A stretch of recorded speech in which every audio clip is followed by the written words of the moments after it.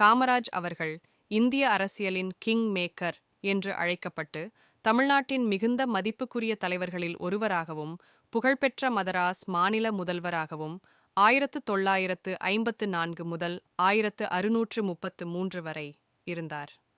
1903ஆம் ஆண்டு விருதுநகரில் பிறந்த அவர் எளிய பின்னணியிலிருந்து எழுந்து அரசியல் வாழ்க்கையில் எளிமையும் நேர்மையும் கொண்ட அடையாளமாகத் திகழ்ந்தார்.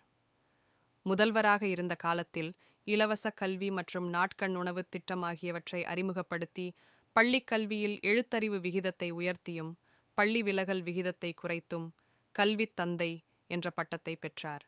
காமராஜ் அவர்கள் தமிழ்நாட்டில் தொழிற்துறைகள், அணைகள், மின் திட்டங்கள் போன்றவற்றை கொண்டு வந்து மாநிலத்தின் வளர்ச்சிக்கான அடித்தளத்தை அமைத்தார்.